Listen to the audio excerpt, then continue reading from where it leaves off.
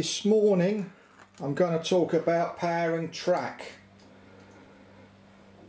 The devices that slide under the track are a load of rubbish. They vibrate, they move, and they're no good to anybody. The simple way of powering up a track, if it's on the carpet or you're not too concerned about it, your model railway looking like a model railway, is a Hornby 8206. I imagine Peco do a similar thing, but I don't know the number. Anyway, it's simple how you use this. You can see it's all connected up to the track, no movement, and all you do is you push in the button, put the wire into the controller and let go, and that's it. And you can see it's nice and solid. Well, it is until hoof fists it out, but yeah, in it goes, nice and simple, and that's held in. Obviously one black and one red. The Hornby R8206 is the simplest way to power up track. Okay, the next simplest way is PL-80s, Peco fish plate power joiners. These are what I've used on my layout more than anything else, and I've found them totally reliable and had no problems with them. I'll show you how they work.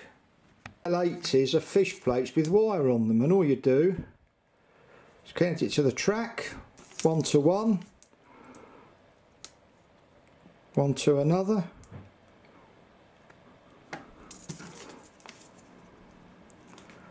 and there you go, and there's your power. And I've used this all over my board. Obviously in the board you have to drill holes before you put the track down, and that's the next simplest and reliable way of having power, and they are easy to hide. Okay, the next route is soldering to the track, which I've done in a few places and it works.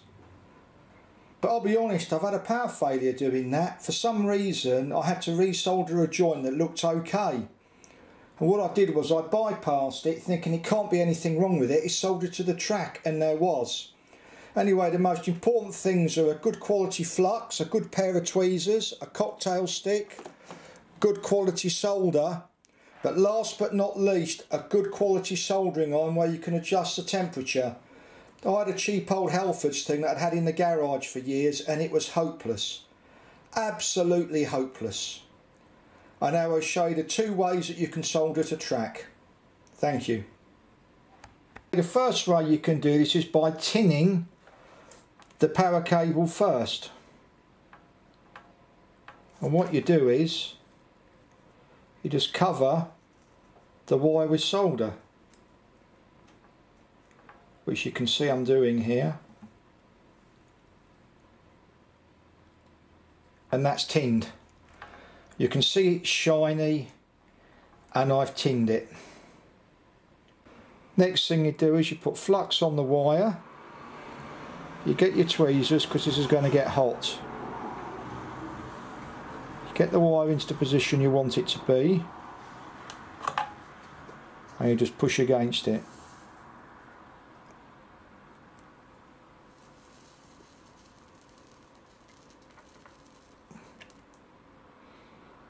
Hold it on, and you can see it's getting hot, and that's it. And you can see that's a good connection, and you can see the loco can run over the track, and that's basically it by doing it where you've tinned it. Thank you. Bear in mind, if your track's dirty, you're going to need to clean it. Now the way I do it, which won't suit all, is I don't tin it. I get my solder on, I put the wire on the track where I want it to be,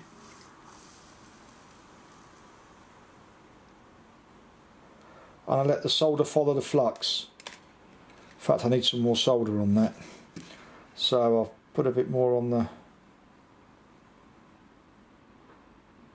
iron.